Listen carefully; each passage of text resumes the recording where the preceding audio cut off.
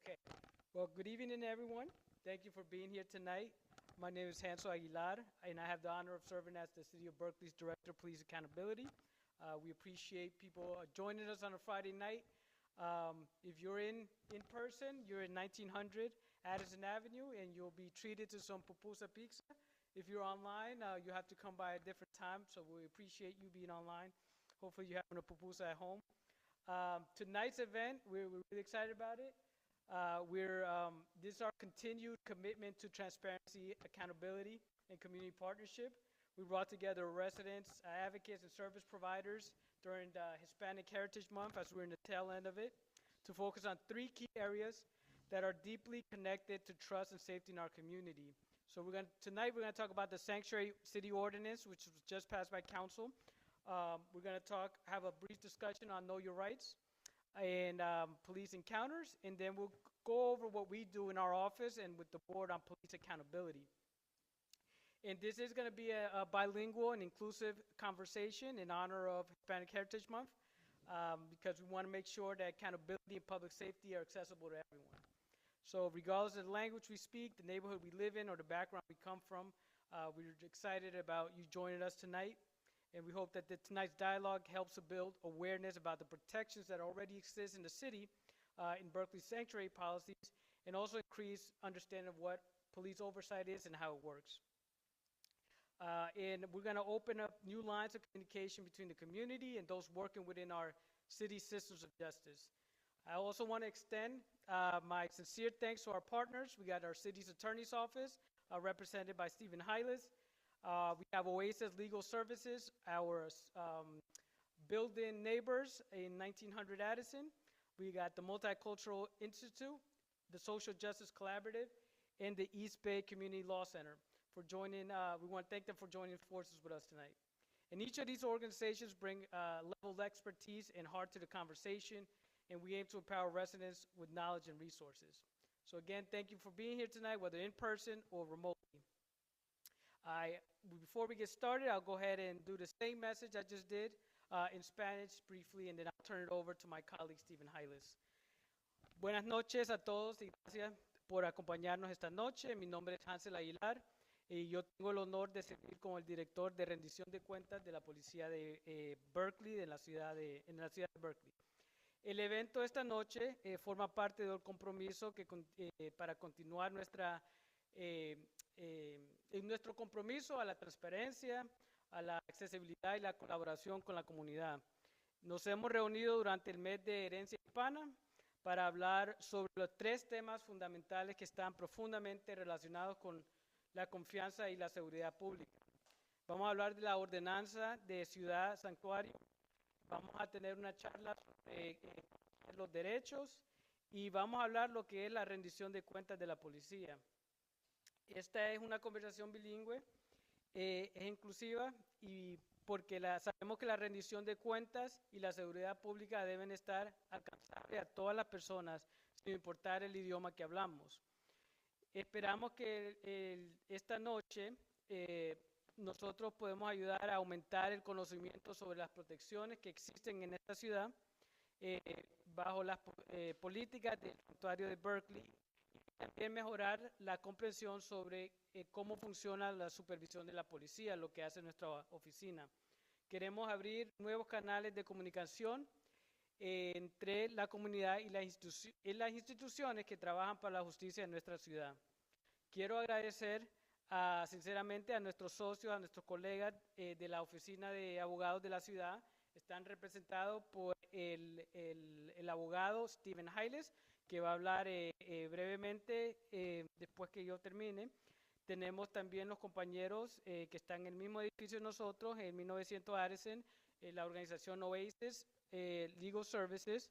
También están con nosotros Multicultural Institute, Social Justice Collaborative y la organización East Bay Community Law Center. Nosotros estamos muy agradecidos que se están uniendo con nosotros esta noche para poder brindar este servicio a la comunidad. Y también le quiero dar gracias al personal de nuestra oficina que también trabajaron duros para este evento esta noche. Estaba bromeando de que si ustedes están acá presentes, tienen pupusas, pero espero los que en la casa estén comiendo una cena deliciosa también. Y muchas gracias por reunirse con nosotros. Ahora le voy a entregar el piso, la palabra a mi compañero Steven Hiles. Okay, Steven.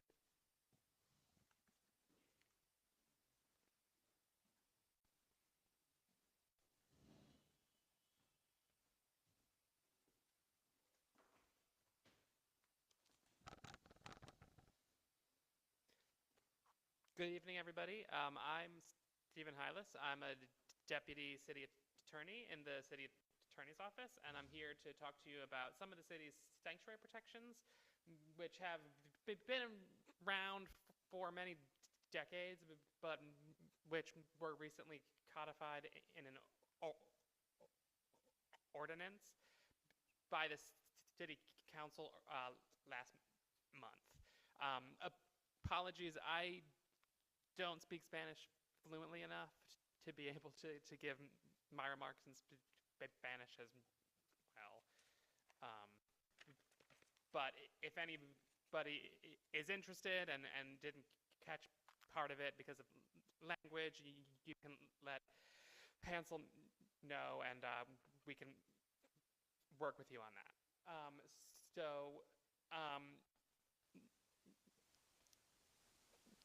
Next slide. So I wanted to start a bit with the history of the sanctuary policies in the city of Berkeley. The city is proudly the first sanctuary city in the United States, actually. It declared itself a sanctuary city in 1971 as part of a declaration as a city of refuge for conscientious objectors from the Vietnam War. And this was expanded in 1986 to the immigration context, where the city affirmed its refuge status for refugees who were fleeing persecution in Central America. And then over the years from 2007 through 2025, the City Council passed a series of resolutions that reaffirmed and expanded upon the city's sanctuary policies in the light of threats to immigrants in our community in order to make everybody feel safe. So what are those policies? Next slide. So those policies were laid out well in a resolution that was passed by City Council earlier this year. These have now been codified in an ordinance, which I will get to. The chief thing to know about these policies, and I'll take these bullets in a little bit reverse order, is that city policy is that the city departments and employees are to provide equal access to city services to everybody, regardless of immigration status. And in fact, city departments and employees are prohibited from even asking about your immigration status. And the goal of that is so that all residents of Berkeley can feel comfortable using city services, after school programs, calling the police, or any other services without having to worry about potential immigration consequences. And the policy also prohibits city departments and employees from using city resources to assist ICE agents or other federal immigration. So what does that mean? Well, ICE agents get involved in various aspects of federal immigration, including investigations, searches, arrests, and all of these kind of activities. City employees do not help these agents. And so if somebody asks the city for information, the city won't respond. If somebody comes to the city and is searching for somebody or wants to access a non-public area, city personnel are prohibited from cooperating with them and from consenting to any warrantless searches. So that's an overview of the city's policies. Next slide. So earlier this year, in light of the threats from the current presidential administration, the City Council asked our office to create a proposal to codify the city's longstanding sanctuary policies into an ordinance, which was done because it puts the city in line with other jurisdictions, other cities in our area who have similar policies. It makes our policy easily accessible on the city website for everybody to know about. And ordinances are typically used for binding rules of law, such as this one, and this sanctuary policy is binding law in Berkeley. And so over the several months this year, our office worked with the mayor's office as well as a task force consisting of community leaders in this area to talk about various things that they wanted in the ordinance. And that ordinance was presented to the city council, and it was passed in September. Next slide. So the ordinance, like the resolution, is largely similar to the city's longstanding policies in that it requires equal access to city services. It prohibits city departments or agencies from inquiring into anyone's immigration status, and it bans city personnel from cooperating with immigration enforcement. But there are a few new areas. Next slide. So first of all, the new ordinance has an express definition of protected, individually identifiable personal information. So this includes not immigration status information, but information like your name, date of birth, address, things that can be used to identify you, and it prohibits city staff from disclosing this information to immigration authorities either. And this closes a potential concern and expands upon the city's protections by ensuring that the city won't disclose any of your information to immigration authorities. The ordinance also includes a broader definition of immigration authorities, and so it isn't only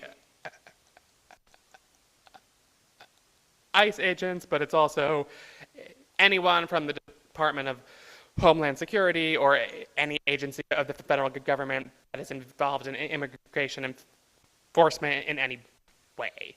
Another key change is that the ordinance requires public reporting of any contacts that are made to the city by federal enforcement if the city responded. And so if anything happens, that'll be discussed at a city council meeting publicly where people can go and express their concerns. This is a new initiative based on the public's right to know this information and to make everybody feel that the city is very transparent in this area. Next slide.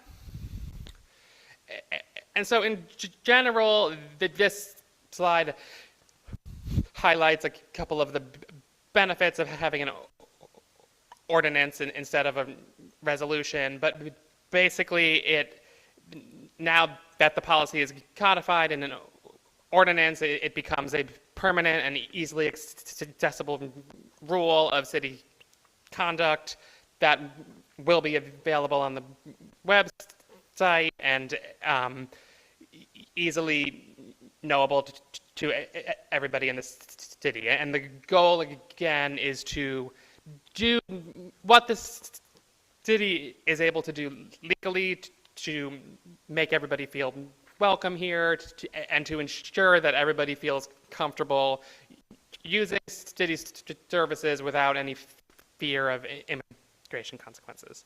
And so with that, I will turn it over to Hansel.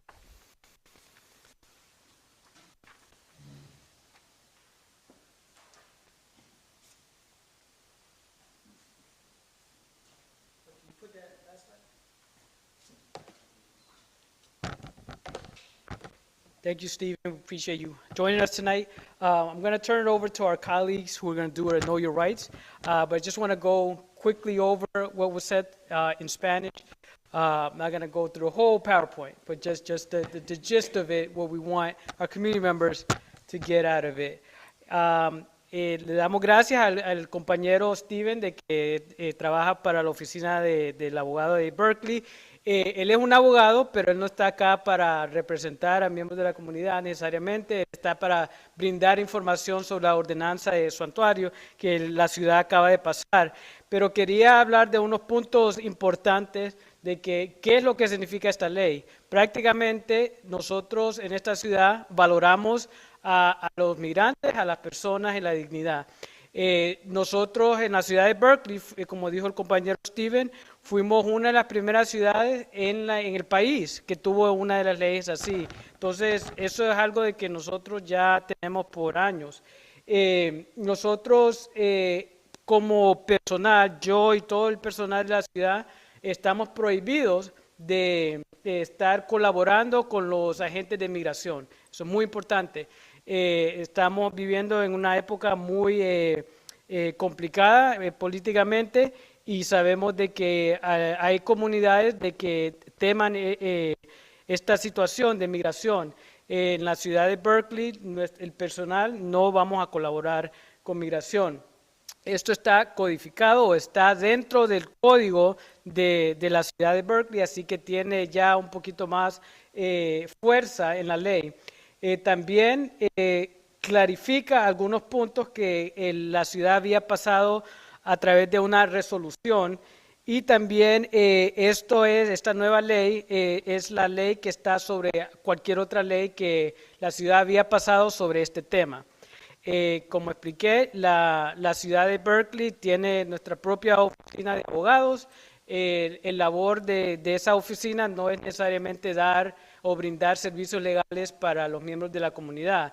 Esa oficina está para poder proteger los intereses de la ciudad y representar a la ciudad, pero nosotros con los compañeros que tenemos hoy pueden hacer preguntas directamente a las diferentes organizaciones y también vamos a escuchar un poquito sobre lo que es conocer nuestros derechos en el tema de migración y en tema de cuando tenemos contacto con policías.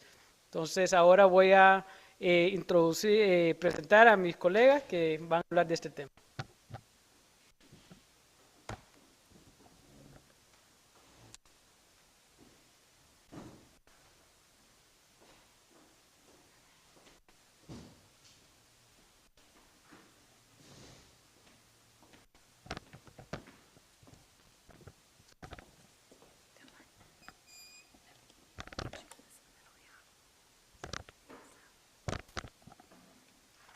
Hi, good evening.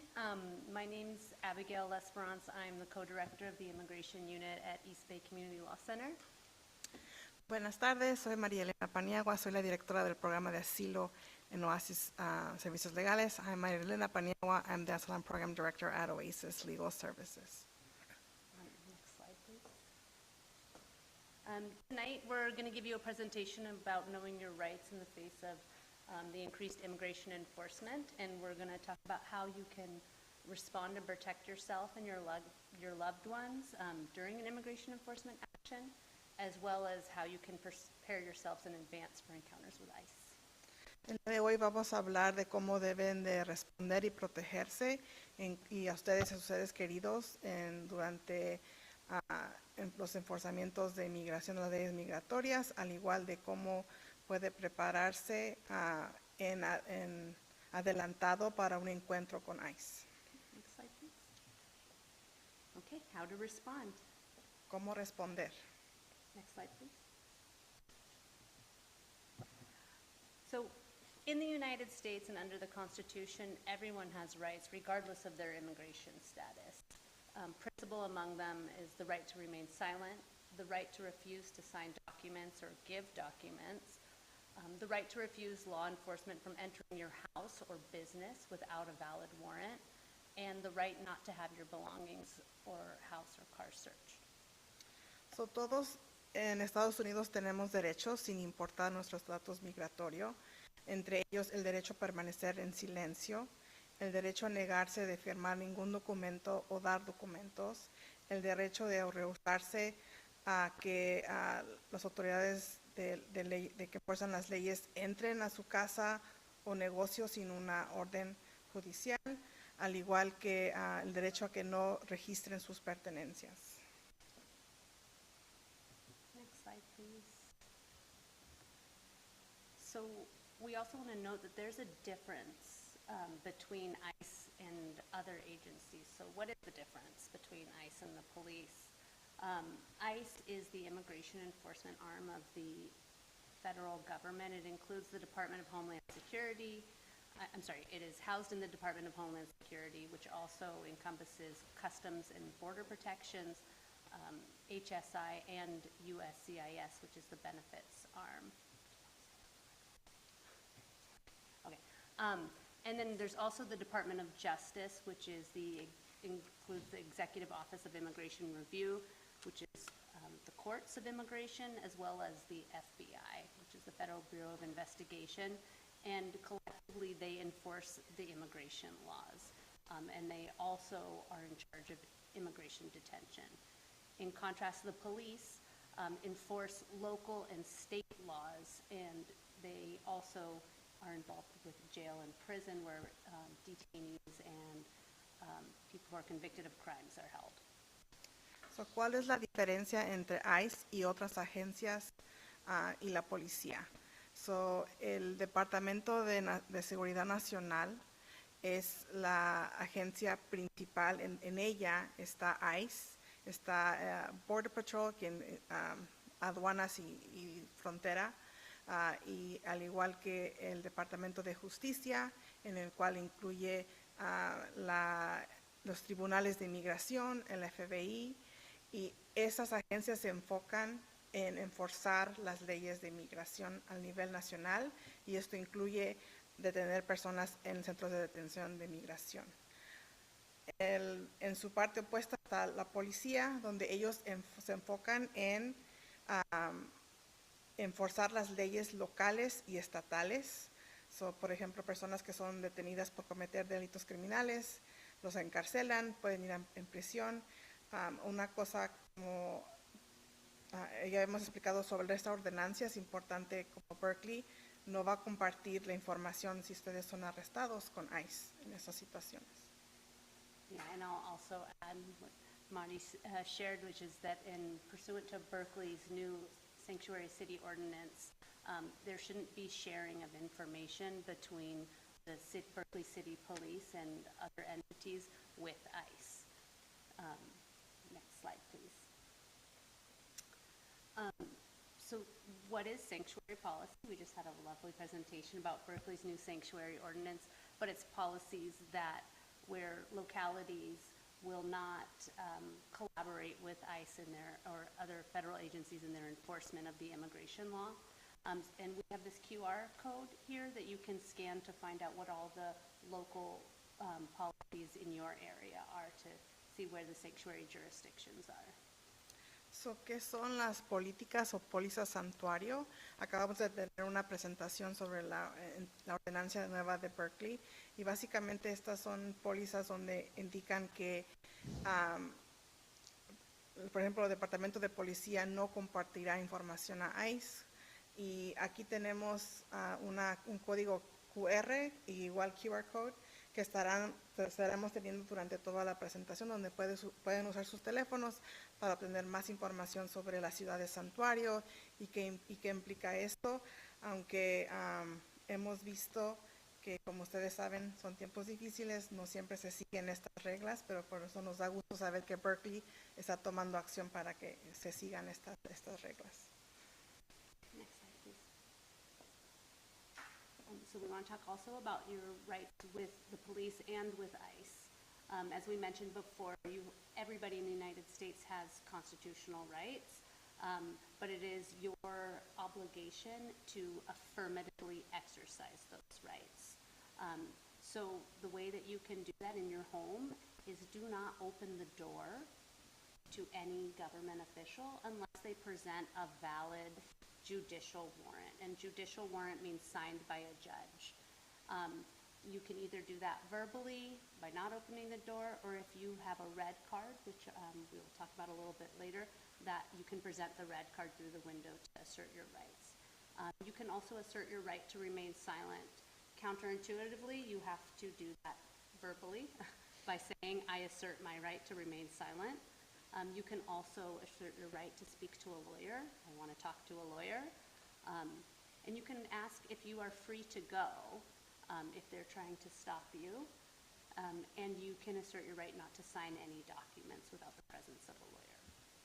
So, ¿cuáles son nuestros derechos ante la policía o ICE? No abra la puerta sin ver una orden judicial firmada por un juez. Si usted está en casa y puede enseñar una tarjeta roja, la cual explicaremos en un momento, explicando que no, se rehúsa a hablar y abrir la puerta. Diga su derecho a permanecer en silencio, aunque eso se oye contradictorio. Es su derecho a hablar con un abogado y preguntar si usted es libre de irse si es que lo han detenido para preguntarle cosas, y no firmar ningún documento.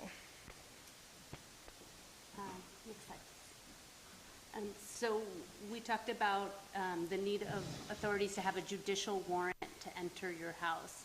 And this is a really important distinction of a judicial warrant versus an administrative warrant. And I don't know how you folks online can see this if it's small, but a judicial warrant, the key characteristic is that it is signed by a judge, and that judge's title should be listed so that it's very clear that it's a judge, and it's usually very specific as to who, where, and when that warrant can be executed. So that's the one on the left that says valid. The administrative warrant is a warrant that ICE itself can issue, and it has some hallmark characteristics, like it is signed by an immigration officer. It usually refers to immigration enforcement or immigration officer, not a judge, and it is on an immigration form from the Department of Homeland Security. So que hay una diferencia entre orden judicial y una orden administrativa. So hay que tener mucho cuidado de distinguir entre las dos. Hemos presentado ejemplo de una orden judicial válida y una orden que no es válida, que no es judicial. Las órdenes judiciales vienen firmadas en la parte de abajo, en este caso ejemplo, por un juez, y dice específicamente el título del juez de inmigración que ha firmado y indica cuándo, cómo es que se puede ejecutar esta orden. Las órdenes administrativas no son firmadas por un juez, son por lo general firmadas por un oficial de ICE o un agente de la frontera, y indican su título al firmar que no es un juez de inmigración. Así que es muy importante distinguir, ya que la orden válida es la orden firmada por un juez y no por un agente de ICE o agente fronterizo. And I'll just add that the administrative warrant is only valid to detain the specific individual in public. but it does not allow an ICE agent to enter a house or a private area. Las órdenes administrativas solo se pueden usar para detener a alguien, pero no para entrar no sé, a su casa o un lugar de negocio. Next slide,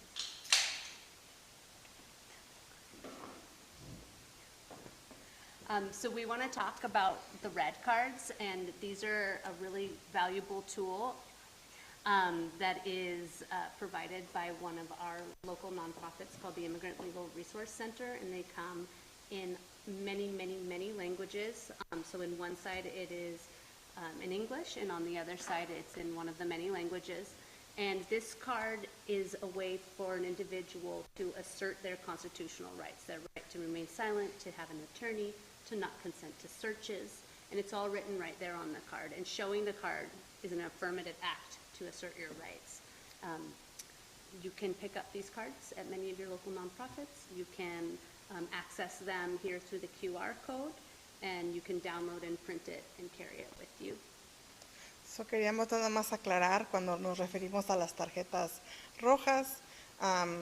Esas tarjetas se pueden obtener en agencias no lucrativas, al igual que pueden usar el código en su pantalla para escanear la tarjeta y tenerla con ustedes, pueden imprimirla. Estas tarjetas afirman sus derechos, por ejemplo, el derecho a permanecer en silencio, que no se usan a contestar preguntas, y entregando esta a un oficial por debajo de la puerta, por ejemplo, usted está diciéndoles que usted sabe sus derechos y quiere que respeten sus derechos. Y están en muchos lenguajes, no solo en español, hay en otros lenguajes, así que igual pueden escanear el código para obtener más información.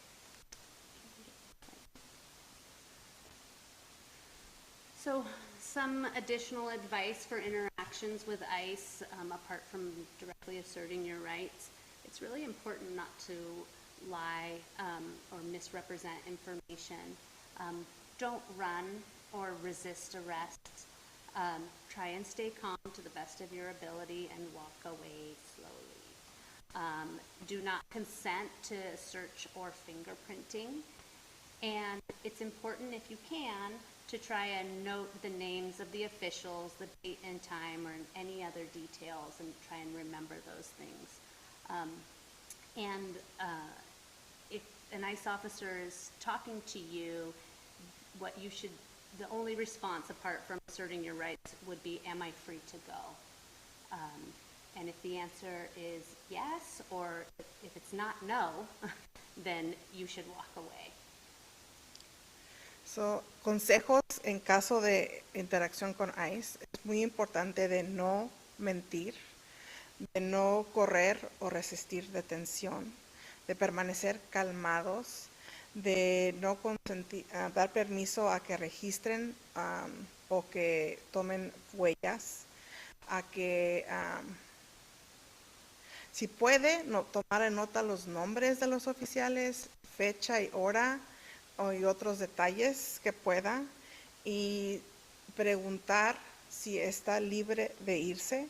Si la respuesta es no, entonces expresar el derecho a que no va a contestar preguntas.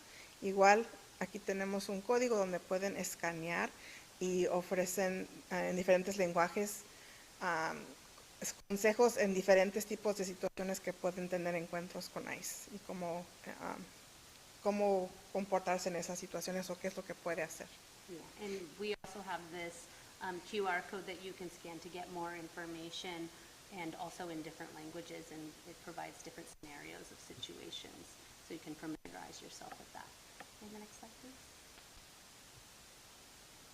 So here's some additional information about what to do with your interactions with ICE or other immigration enforcement is, what documents should you carry with you and what documents should you not carry with you.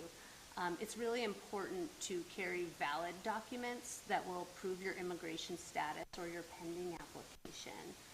That can be a green card, a work permit, a receipt notice, an I-94 card, anything you might have that would document your immigration process.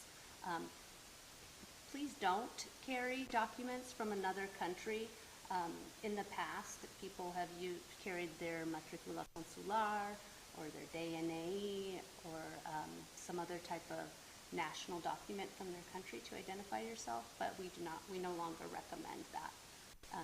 And do carry proof that you've been in the United States for at least 2 years, if you can, with the expanded authority to swiftly remove people from the United States. If you can show that you've been here more than 2 years, you can protect against that. And please don't carry any false documents or documents that belong to another person, because that could end up getting you in more difficulties than help. So, consejos adicionales en términos de qué documentos deben de cargar. Debe de cargar documentos válidos que prueben su estatus migratorio o si tiene alguna aplicación pendiente anti-inmigración, tales como su tarjeta de residencia, permiso de trabajo, algún recibo que indica que tiene una aplicación pendiente. No cargue documentos de otro país. Por ejemplo, personas antes cargaban sus tarjetas consulares, sus DUIs, sus tarjetas DPI. Ahora aconsejamos que no carguen esas tarjetas. Y sí cargar documento de que usted lleva en el país por lo menos 2 años o más, ya que eso puede protegerlos de una deportación rápida. Y no cargue documentos falsos o documentos que pertenezcan a alguna otra persona. Next slide, please. So we also would like to talk to you about what you can do to prepare for this increased enforcement happening in our communities. Next slide. Oh, sorry, not yet. También queremos hablar de cómo deben de prepararse, ya que estamos viendo un incremento en redadas y en este forzamiento de las leyes migratorias.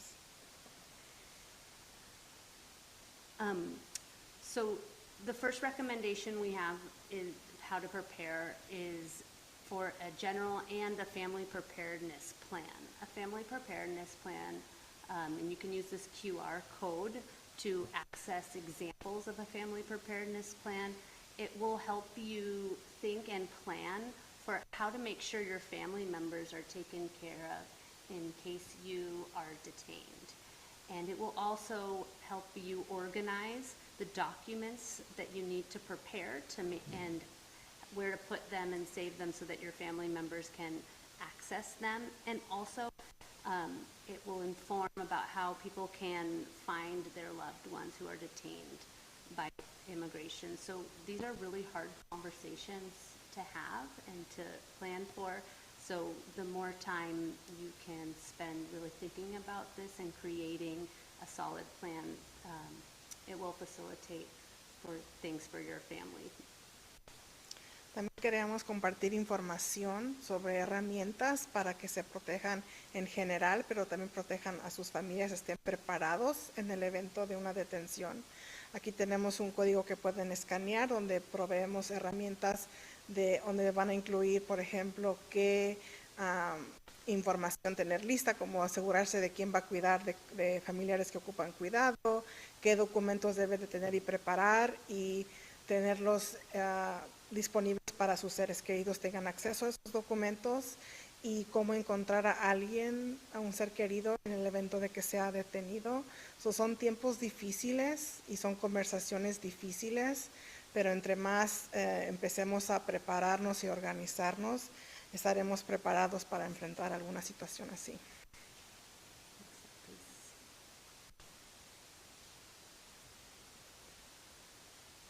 Part of the considerations are the children, and this QR code will help you take you to something that's very unique to California, which is the caregiver authorization affidavit. And this is something that you can prepare in advance of a detention or disappearance. And it does not need to be notarized, but it is a document that will allow another person to be able to care for your child, pick them up at school, and make certain educational and other decisions for them. And it's something that doesn't take effect until the caregiver signs it, but it will allow for some continuity and stability for your children. Y este código explica más de algo que es válido solo en California, donde es una constancia que pueden dar los padres para sus hijos menores, donde les da autorización a alguien más de cuidar de ellos y tomar decisiones en términos de escolares o médicas. Y es algo que puede tenerlo listo y no tiene que firmarlo hasta que lo llegue a necesitar.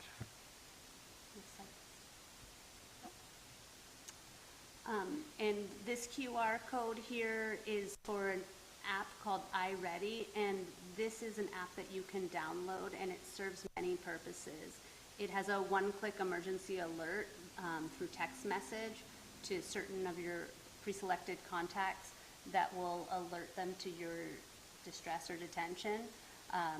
We'll have personalized, it helps you make personalized emergency plans for your children, your medical needs, and legal support.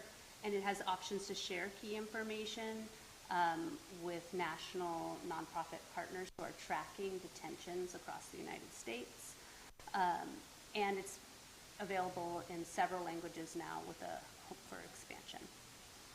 Y este código les da acceso a un app que es iReady, donde a través de un clic pueden mandar mensajes de texto a sus contactos preseleccionados para alertarles de la emergencia o que se han sido detenidos. Puede personalizar planes de emergencia para cuidado de menores, necesidades médicas, apoyo legal y otras cosas. Y también da la opción de proveer información a redes nacionales que están tomando nota de estas detenciones para apoyar a las personas. Y también está disponible en diferentes idiomas, entre ellas español.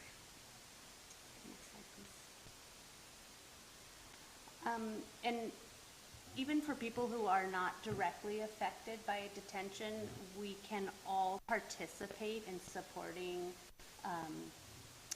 our neighbors through the Rapid Response Network, and these are local networks of community members, attorneys, nonprofits, and other service providers that can be responsive to alerts of ICE action and arrests and can show up and verify and provide legal service. So, también hay redes de respuesta rápida, y estas son redes que también personas cuya tal vez no son afectados por redes de inmigración, pero también pueden participar apoyando, proveyendo información a estas redes, donde ellos mantienen información y investigan reportes de actividad de ICE y ayudan a personas a responder a quienes están detenidas o a alertar sobre actividad de enforzamiento de leyes migratorias. In Alameda County, our Rapid Response Network is called CLIP. Y en el condado de Alameda, nuestra red de respuesta rápida se llama ASILAP. Igual tenemos aquí los códigos donde pueden ver las redes nacionales y del estado de California. This QR code will link you to a Department of Homeland Security website. It's called the Detainee Locator, and it will allow you to find a loved one or a family member who's been detained by ICE. You need certain information to be able to find this person, and the most direct way to find them is through their A number, which is a 9-digit number starting with the letter A followed by 9 digits, and that is their unique identifier with the immigration authorities. Or you can use their name and date of birth, but I will note that they often misspell names or hyphens where there's not hyphens, so you have to try a few things. And it also usually takes up to 72 hours before the individual can be located. And it's also important to check often as detainees are often moved. Ese código que tenemos en esta parte nos va a llevar a un sitio donde pueden localizar a personas que han sido detenidas, pero van a necesitar cierta información para poder localizarlos. Lo más rápido es si tienen su número de registro, el número de A-number que le dicen en inglés, que empieza con la letra A seguido por 9 dígitos, y también el país de origen, al igual que su nombre y fecha de nacimiento. Una cosa que hay que tomar en cuenta es que a veces los nombres los escriben incorrectamente o les ponen un guión entre apellidos, o a veces tenemos que tratar de diferentes maneras de escribir el nombre para que aparezca, y esto puede tomar hasta 72 horas para que la persona aparezca en su sistema.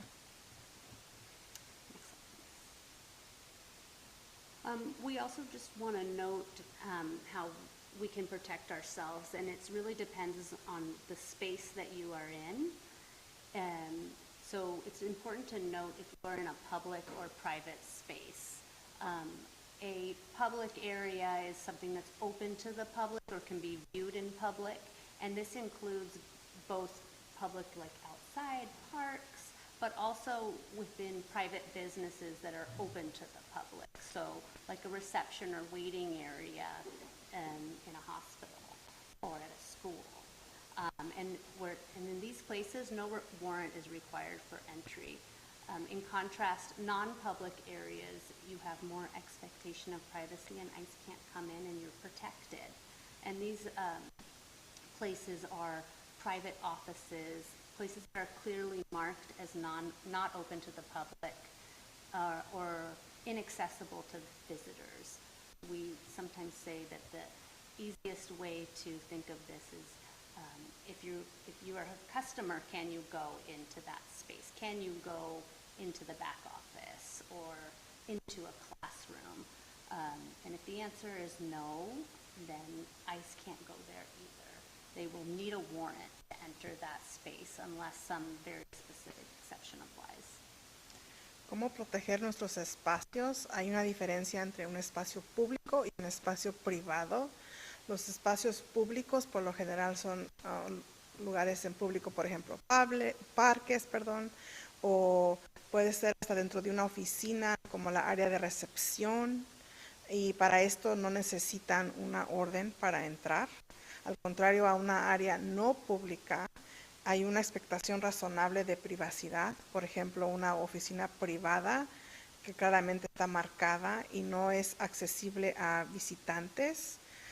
Por ejemplo, si usted puede entrar a cualquier oficina sin autorización, entonces eso no es una área pública, pero si no tiene acceso a todas las oficinas, entonces no es una área pública, y oficiales necesitan una orden judicial para poder entrar y registrar esas áreas.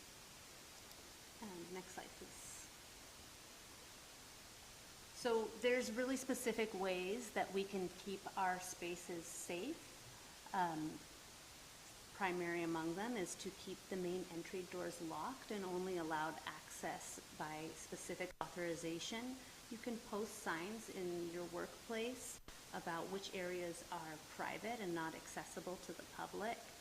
And it's also important to create guidelines and procedures for staff about what to do if ICE comes into those spaces or attempts to come into those spaces.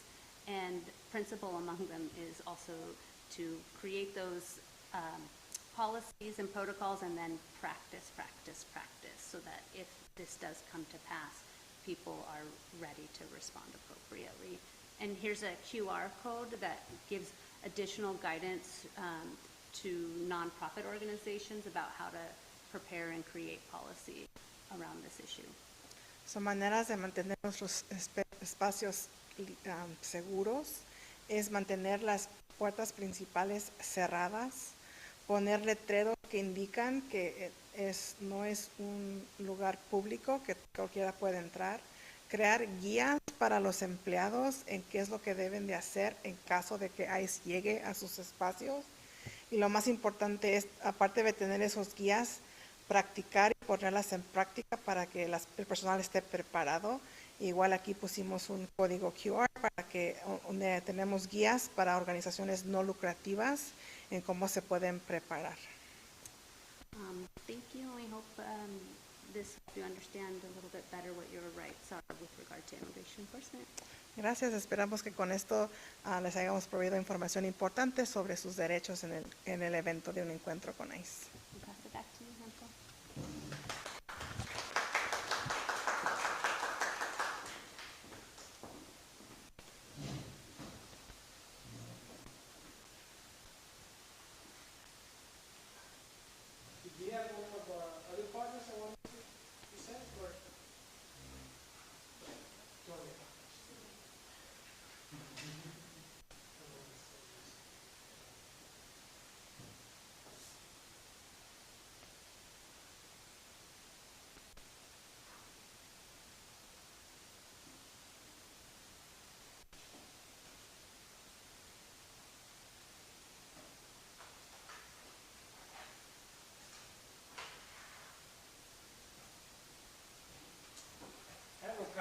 obviously, but I'm going to make it a little bit more interactive if I can.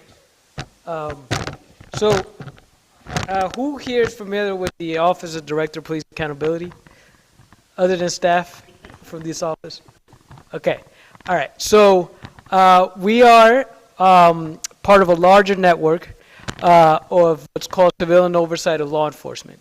So we are individuals that work for the city of Berkeley. We are civilians. We're non-sworn individuals, personnel of the city that are tasked with investigating allegations of police misconduct. In Berkeley, we've been talking about how innovative, how brave it is in policy and ambition. Berkeley was one of the first civilian oversight agencies in the country that had investigative authority for civilians. So usually this task is reserved to the police departments inside the police department that have internal affairs. So this was in Berkeley in 1973 when they established the Police Review Commission. It was the first time that civilians were given this authority to investigate police misconduct. It hasn't been without challenges. Power gets challenged and doesn't like to be challenged. And but it has been a journey that has been, I think, fruitful in our goal of improving police community relations. So that's what, in a nutshell, we are. We are in the new iteration of civilian oversight in Berkeley. So through some ballot measure II, we've changed, modernized our system from the Police Review Commission to what's now a hybrid system of the Office of the Director of Police Accountability, which you are here, and we also have a Police Accountability Board. So the commissioners that are appointed by council, they meet right behind us. It's a dais of sorts for our commissioners. They meet twice a month. They're on recess right now, coming back in November. And our role in the city, again, the main mission is to improve police community relations. But the charter gives us very specific powers and authority on how to do that. And there are checks and balances between our offices. So if you could put up the PowerPoint.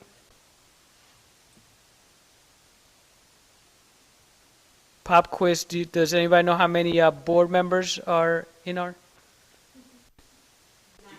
Yes, there's supposed to be 9. There's supposed to be 9, but right now we're a little low on numbers. So we're at 5 or 6? 6. So we need a few more appointments. And these numbers have fluctuated in the last few years for different reasons. Some of our board members go on to do great things, some to serve on city council, some to serve on the rent board, to serve on the school board, so they go different places. One of them went to be the federal prosecutor for Northern California, and him and his family have a strong tradition of justice here in the city. The Ramsey Senior Center, Izzy Ramsey was one of our commissioners, and became a federal prosecutor under the current administration. He was asked to, his services were no longer necessary, but he still doing good work around the community. The community members represent or are appointed by the different council members in the different districts, so they bring different perspectives. And their roles, next slide, please. Next slide. These are the current members. So we got Joshua Cayetano, who's an attorney by trade. Leah Wilson, also an attorney. She was the executive director of the California Bar. Kitty Calavita is a retired criminologist who happened to be our policy analyst professor at one point when he was at Cal. Julie Leftwich, another retired attorney. Randy Wells and Josh are 2 newer board members, and they're also very steeped in different aspects of the community and bring a strong background as well in policy analysis in different areas. So me, I am the director. We got Dan Weinberg, our investigator here. Jose Murillo, our policy analyst. Saeed Mehdi is our data analyst, not here at this moment. And we got the mighty Esther, who's been coordinating this event for us. She's a UC Berkeley intern, and she'll be here the whole year for us. Next slide, please. Okay, 50 years of civilian oversight, and we actually convinced council to formally recognize April 17 as Police Accountability Day. It went a little unnoticed this first go round, but we're going to have a big party next year, so keep that date. This is a really good historical essay. If you're interested in learning about the Police Review Commission and its history, it is also tied to the Black Panther movement. There was also a push from that apparatus, that a community organization to bring about a civilian oversight. They had a different vision for it. We got the Police Review Commission. Okay. Next slide. Okay. Again, the purpose is to promote public trust through independent, objective civilian oversight of the Berkeley Police Department. So we provide community participation in setting policies or reviewing policies. That's actually one of the rich traditions of this body. They break up into committees and they discuss different things like use of force, like the pursuit policy, and different aspects. And if you follow pursuit policy conversations, Oakland next door is having very robust conversations about their pursuit policies, which also impacts us because pursuit don't always stay within their jurisdiction, they cross over. We actually had a few weeks back pursuit that began in Richmond and ended in here in Berkeley. So we're always on the lookout for not only our policies, but other departments and how we collaborate with them. And the board also has the authority to review our office's work when it relates to personnel misconduct. So we're the administrative investigative arm of the board. We're the staff that conducts the work in terms of investigations. It depends on the nature of the investigation. Sometimes we do field work, sometimes we do body-worn camera review, and then we go out in the field and do those things. Next slide, please. Okay. And I'm not doing the Spanish version for the sake of time, but if there are any community members that would like to have a conversation in Spanish, I'm happy to do so. The other element, again, is the office. We're a hybrid system, so we have the board and the office. We're quasi co-equal branches of the oversight system. We are both respond to city council, which I think is an important distinction from the previous model. In the previous model, the Police Review Commission reported to the city manager. And that gave the perception at times that there might have been conflicts of interest. The city manager is also overseeing the police chief. So at times there might be different views on how to resolve some of the personnel misconduct. But now us being able to work independent of the city manager, it gives us a little bit more ability to do our work. And this is, again, we're part of a network of oversight agencies, and these sort of issues about perceptions of conflict of interest, they're not unique to Berkeley. Sometimes they play out in very nasty ways across the country. Sometimes there's some intervention in a way that could obstruct the program of civilian oversight. There was a good example out of Arizona a few years back when the head of one of the jurisdictions was attempting to hire their legal counsel, and the city attorney, city manager in that jurisdiction did not want that particular individual. So they interfere with the independence of that head of civilian oversight, and those are situations we don't want to be in. Next slide, please. Okay, so again, the board powers advise and make recommendations to the council and the city manager, but also to the public. So those are important things I think that the board gets the opportunity to do, and they review all written policies, practices, and procedures relating to the police department. So, and this is an important distinction too, because sometimes we might just focus on policies, but sometimes it's not always written down, and we have to look at what the practice is and what the procedures may be. So that's, I think, an important part of our robust system. Next slide, please. The MOUs, agreements, letters, and memorandums of understanding, very crucial. I just talked about the the pursuit policy as an example of an area where other jurisdictions and our jurisdiction may be somehow involved. But the MOUs allow us and other departments to have the rules of the road. If we ask for assistance, we want to make sure that if the departments come here, that they're adhering to our policies. For example, we don't have tasers, so if there is a need for assistance, the other departments nearby need to make sure that they're adhering to our policies and they're treating our community members in the way that we're treating them. We don't have drones, but that's an active discussion that's going to come before council. But there are opportunities where we gave mutual aid for drones. And it's also important that our MOUs stay up to date. We had a lapse in our last batch of MOUs. They were outdated for quite a while, for a few years. They just went before council, or did they go before council in the summer, or did they go? Okay. So we're in the process of updating them. Currently, they require, is it an annual review? Yes. Yeah, which could be very tedious, but it's also very important. But I mean, it's thousands of pages worth of MOUs, but they also talk about things like cooperation with ICE, and so there's information there about those broader issues that we're talking about tonight. Next slide. To receive and consider findings and recommendations of Director of Police Accountability. Again, we're the investigative arm of the civilian oversight system. So the board, they don't have to agree with our recommendations, and I think that's the checks and balances. We have our vantage point as the professionals that been tasked with this work, but also the board members. They serve in a quasi-judicial matter, so they're jurors of sort. And they also may look at something differently than we do, and also may look at it differently than the police department. For the most part, there is synergy between our bodies, but they have the authority to affirm, modify, and reject our findings. And at times they do exercise that authority.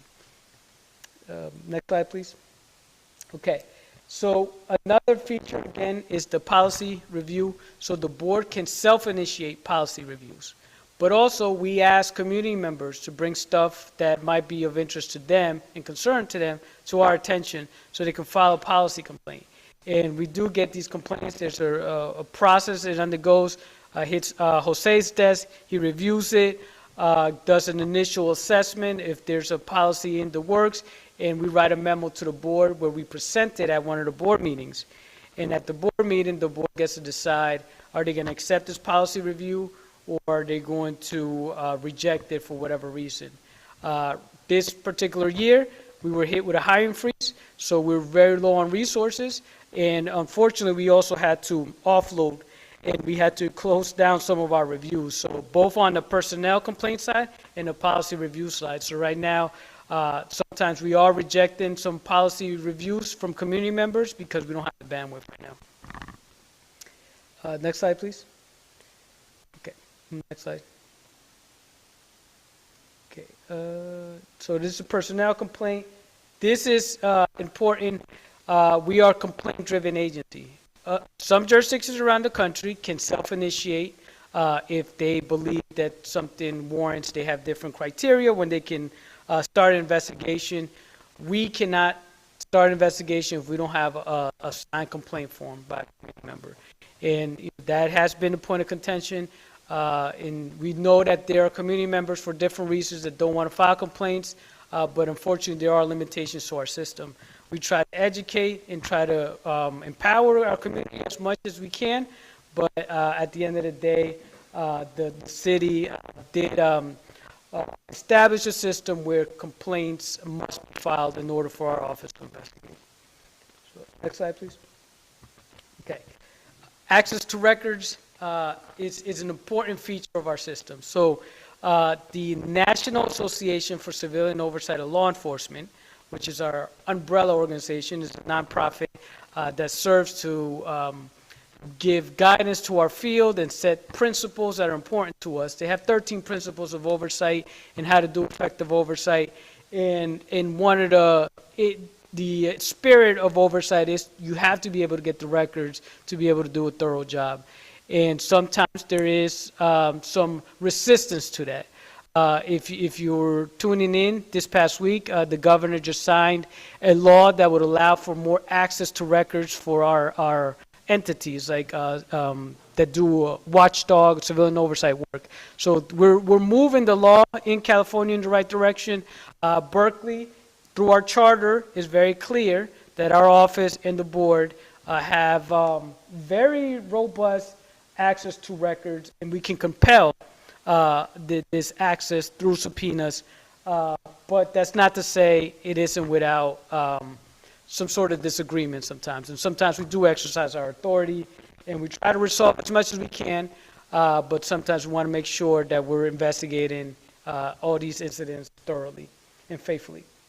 So these are the sort of records that it enumerates: records relevant to police departments' policies, practices, and procedures, personnel and disciplinary records of sworn employees of the department, and police department investigative records. So very, very confidential records that the community at large does not get to see, which is why it's so important that we as a body have credibility in doing this work, because we're seeing records that community members don't get to see, and we are independent of the police department, and when we're entrusted with that, we're going to do it faithfully and make sure that if we see a ball, we're calling the balls. If we see strikes, we're calling the strikes.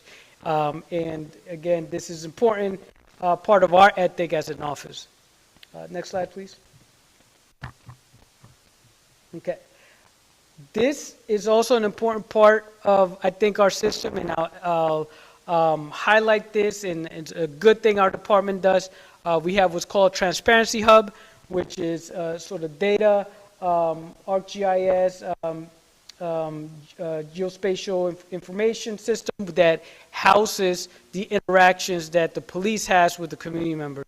And it's a really good way to have transparency, and community members could download data sets if they're data savvy, but also there's ways through ArcGIS, the system that's used, to be able to run some reports even if you don't have a strict data background.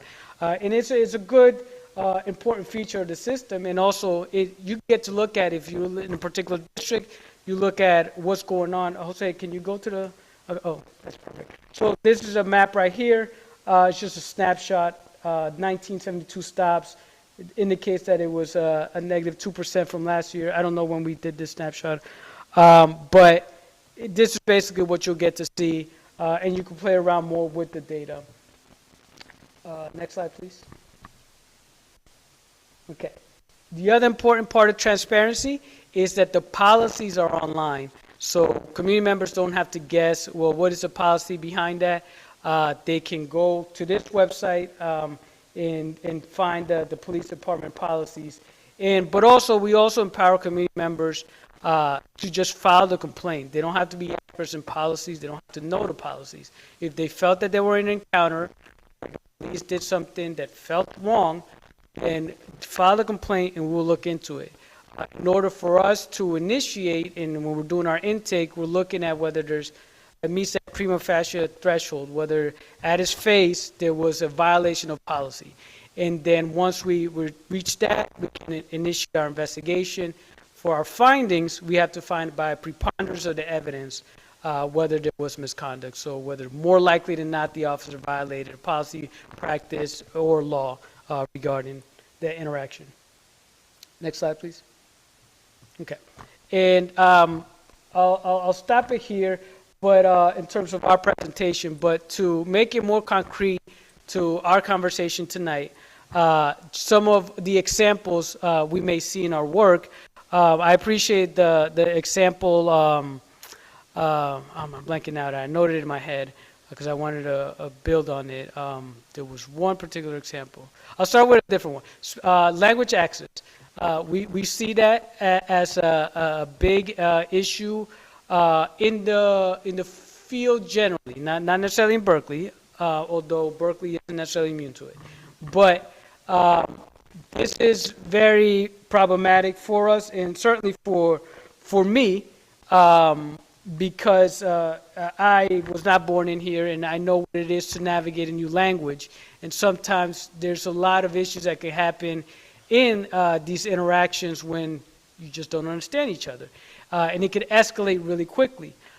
In Washington, D.C., where I served in this field as an investigator, there were riots that happened because of a language barrier issue.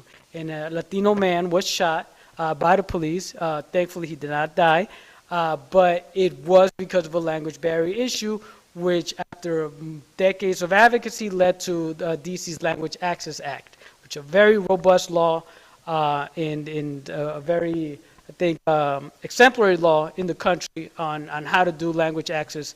But there's also federal law that covers this, and officers are trained on this issue. They have access to resources, interpreters. The technology is getting better. I talked about body-worn cameras briefly. Axon, the cameras that we use, the company, they just came out with a tool. It's in its early stages, but that does interpretation. So some departments are piloting with it. I don't think Berkeley is yet, but we're looking at it as an office to see, okay, is this a tool to get instant sort of interpretation? And we're not trying to say that you don't need a live interpreter, but sometimes if there's a concern of immediacy and safety, then it is important to just address that before it escalates further and sort of slow down the situation in a way that it doesn't need to escalate. I'm trying to recall the presentation because I noticed something in my head. I'm like, ooh, I want to mention that in the Know Your Rights, there was an example that was provided.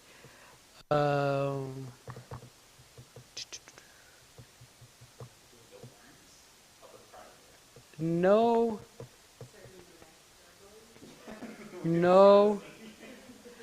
We could go through the whole presentation. Keep going. Keep going. Man, I was like, oh, documents. Yes. I have a good anecdote about that. At one point during the pandemic, I was being considered. I was living in Virginia, being considered for a magistrate role in Virginia. You just need a bachelor's degree over there. You don't have to be a lawyer. I'm not a lawyer. I'm a sociologist, and a proud one. But I went on a sit-along at the magistrate, and I also am a former law enforcement, a short 2-year stint as a law enforcement officer, financing my graduate school at George Mason University, so I was a campus cop. So I knew what it was, the magistrate system. I was familiar with it. But I went to this sit-along, and there was a community member there that was arrested because the officer said he gave fake documents. And the fake document in question was a passport. And the passport in question was from Honduras, where I'm from. And the officer concluded that it was a fake document because it was handwritten. But there was a point in time where our passports were in fact handwritten. In fact, I still have mine from when I was a kid that was handwritten. So the officer, he testified before the magistrate that his probable cause was that it was a fake passport because it was handwritten. He was like, there's no government that gives out a handwritten passport. He was wrong. And the magistrate, I think he made a copy of it. And then when he was there, I was like, hey, like, you know, I'm from Honduras. Like, at one point, they were handwritten. And he was like, oh, well, I'm not a subject matter expert. I mean, he testified credibly, you know, and we'll let the judge decide it at this point. So he certified the probable cause for that officer based on a very erroneous interpretation. I felt very uncomfortable, obviously. But that, I think, that resonated with me for potential reasons why we don't want to. I don't know if that's where you were going with it. I'm sure there's many reasons other than that, but that was, to me, a very live example of how these documents could get weaponized against individuals, especially when there's, unfortunately, to be frank, ignorance about it. And so, and especially in Honduras, you know, the documents are been getting better because there's been a whole history of fraud with these documents, but there are now very state-of-the-art. So I just got my most recent trip, the most updated cedula, the national ID is very, I think it'll be hard to try to fake that particular card. But I think that was an important point. But also, I think that example was important of the kind of work that we do, because we need to hold these officers accountable. Now, whether he was acting in good faith or not, that wasn't my investigation at the time, but he had a very, I think, erroneous conclusion and that really needed to be challenged. And it was also concerning, I think, the different levels of the justice system. The magistrate was like, well, he testified credibly, let the judge decide. So he sent it on to the judge to go to court, but now you're depriving somebody of their constitutional rights. So that's why it's so important, the work that we do here. And I'll share one other anecdote. Again, when officers, again, in not Berkeley example, not saying Berkeley's perfect, there are officers that can benefit from additional training, and then we call that out when we see it. And there are other incidents too that we recommend higher level of discipline where appropriate. But when I was in Washington, D.C. as an investigator, there was an incident where a community member, a Salvadorian migrant, who was a food truck owner, kept getting harassed by an officer, and he came to us several times, and he explained what the harassment was, and he said, the officer keeps coming inside my food truck, and I'm not allowed to be there, I don't have the right permits. He's even opened my kitchen, my refrigerator, looked through my food and told me it's not room temperature. And it sounded very bizarre because the officers, they're not food safety. So like, why would somebody do that? There was body-worn camera footage. We looked at several videos where the officer did this on several different dates, and he was just fixated that this food truck did not have the right permits, did not have not only the right food permits, the right parking permits, so like really going beyond the scope. And I think it would also broach on another topic that is hard for us to investigate or also call out, implicit bias. What was it about this man that you needed to keep going back for? Why did you feel, like, what was it that was bothering you so much about this whole incident? And, we investigated that thoroughly. Our office recommended to uphold the misconduct, different reasons. The other, I think, disheartening thing about that was that was a Salvadorian refugee, and he actually fled his country as a police officer who was doing corruption work, gang corruption work, and he fled because he was doing so good that him and his family were in danger. So he had a deep appreciation for the police force, and to only come to the U.S. to then be harassed by police. So I'm putting this all full circle because this is, I think, important for our community, important for our office. I know our staff is very dedicated. We take this work seriously. And not all cases are misconduct, but if they're teachable moments for the officer, for the community member, then we'll take that to want to improve the police-community relations. I'll stop it there.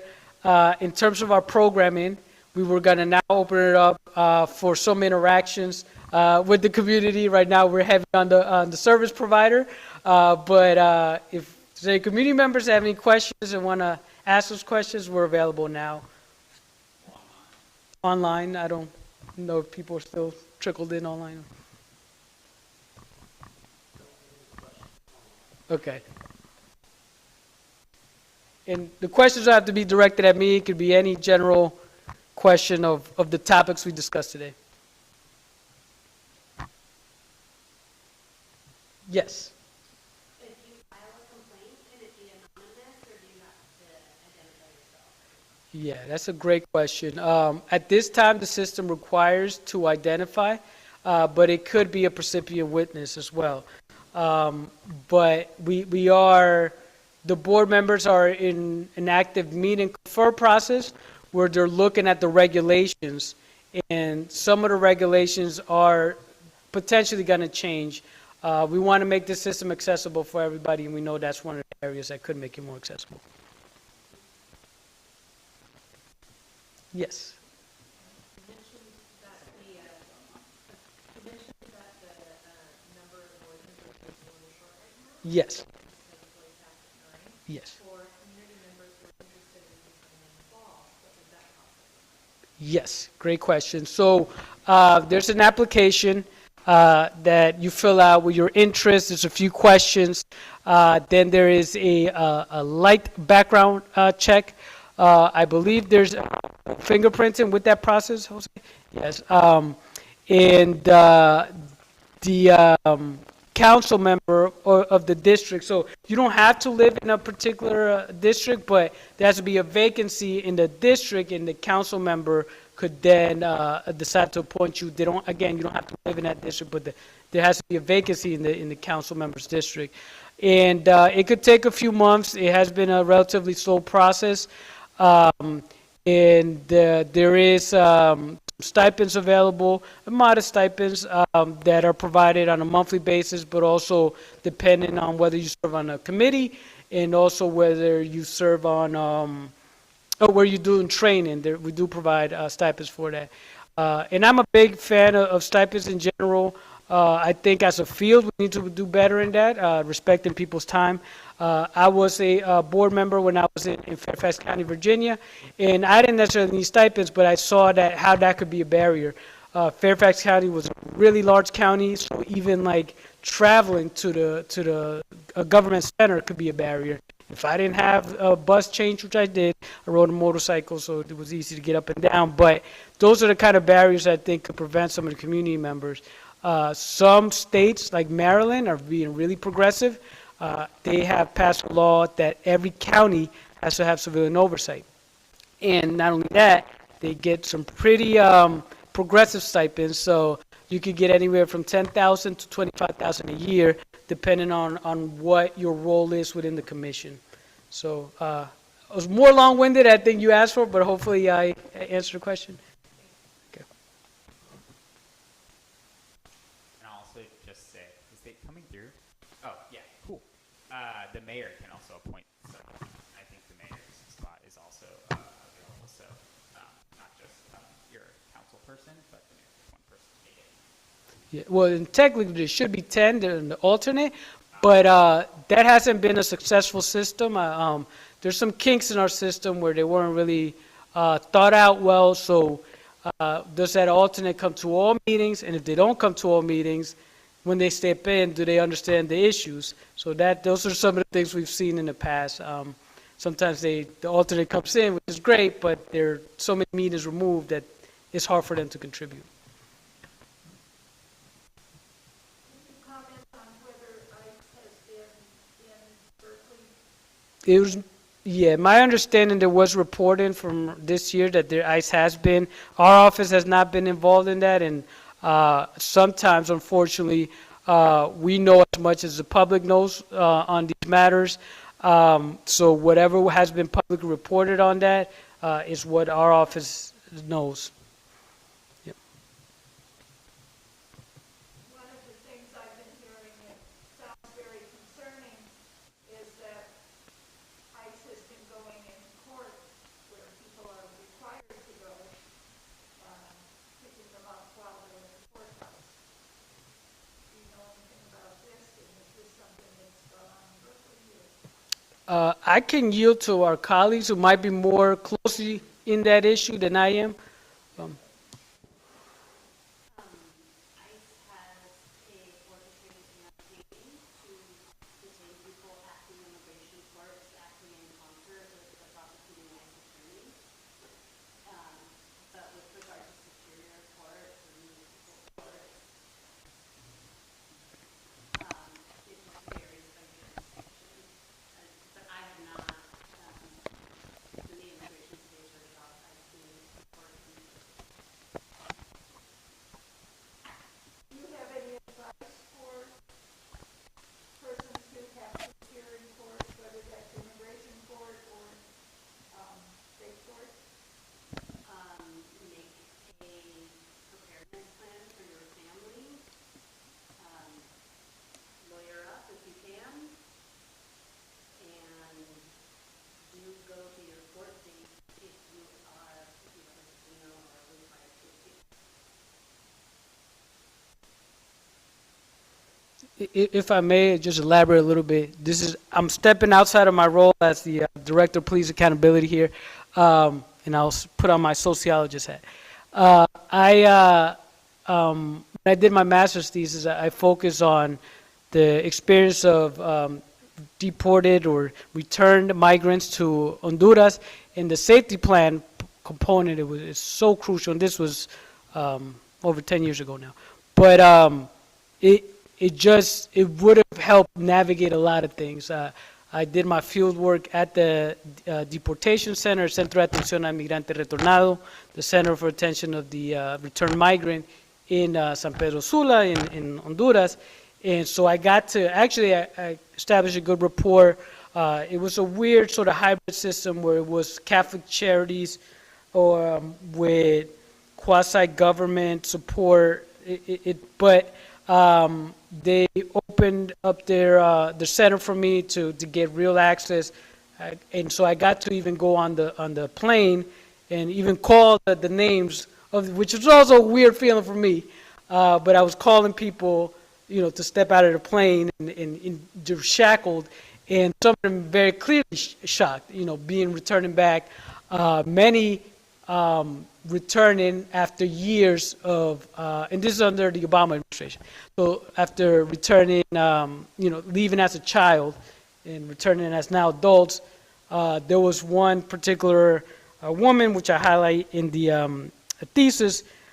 She was speaking in English, and she just was so disoriented. She just did not know, like, but another fascinating thing about this whole thing, again, sociologists had, so I'm going way out of where I need to be here, but just how capitalism worked, and there were call centers actively recruiting the returned migrants because now they had the skill set, they have English speaking skills, so they would say, if you can understand what I'm saying, come over here, I got a job for you. So while somebody's returning back through this very traumatic process, there are these entities in the call center industry has definitely in the last few years just kind of skyrocketed in Central and Latin America. But to me, that was fascinating. But yeah, I think that the safety planning component, it was so important because just a lot of people didn't know how to navigate. I'm hoping that things have gotten a lot better, but I understand that even that is still something that you don't want to plan for it because you have to mentally get in that space, but it is so important to be able to navigate what happens next after that. And in my research, a lot of them came with well, I'm going to return back anyway, so I don't really need a safety plan.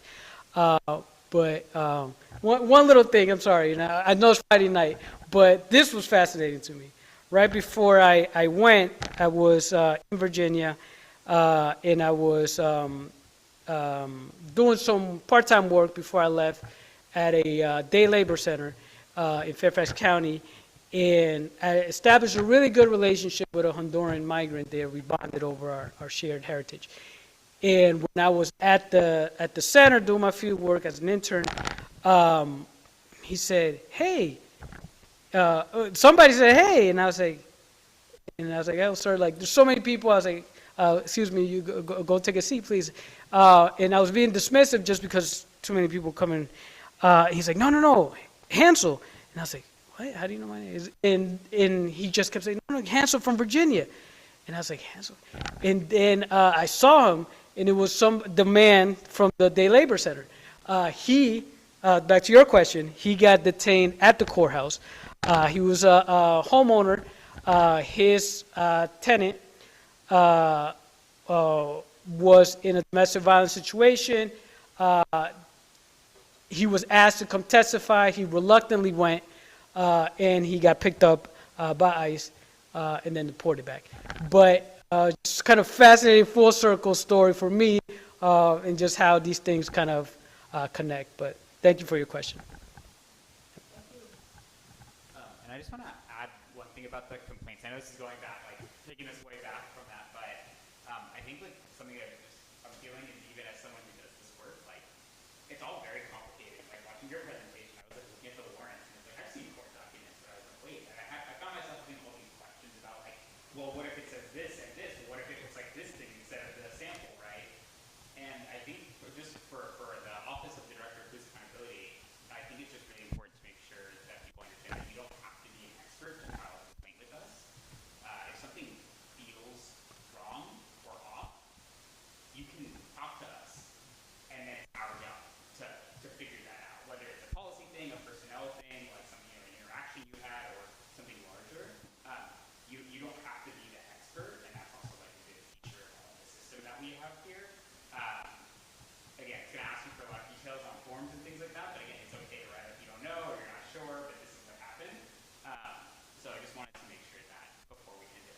was something that was sitting with me since I was watching it, and I was like, oh, when I'm the person who's not in my element, right, with immigration things, I was like, man, there are so many complicated things that I'm seeing on the screen that you all are explaining and doing a really good job, but there is still like, I still have like 10, 20 questions of all these specifics. So you don't have to be an expert to file some things or to talk to people and then try and get support.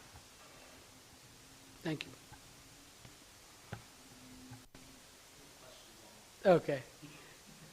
There are no other questions, just 1 minute remark. Thank you, everybody, for joining us tonight. Again, it's Friday. We appreciate you coming. We appreciate the partnership. We appreciate this, and hopefully it's the first of many. Now you know our space. You get acquainted. Hopefully you can refer people to join our board or come to our committee meetings, be involved, give a public comment. A lot of big, important live issues. We got AOPRs, the automated license plate readers. We notice a lot of nexus in use with immigration, so that is an issue that still needs to get properly resolved by council. We're going to have a conversation about drones. So a lot of technologies that could be very concerning for our civil rights, especially in an immigration context. So we appreciate the vigilance, the partnership, and thank you for joining us tonight.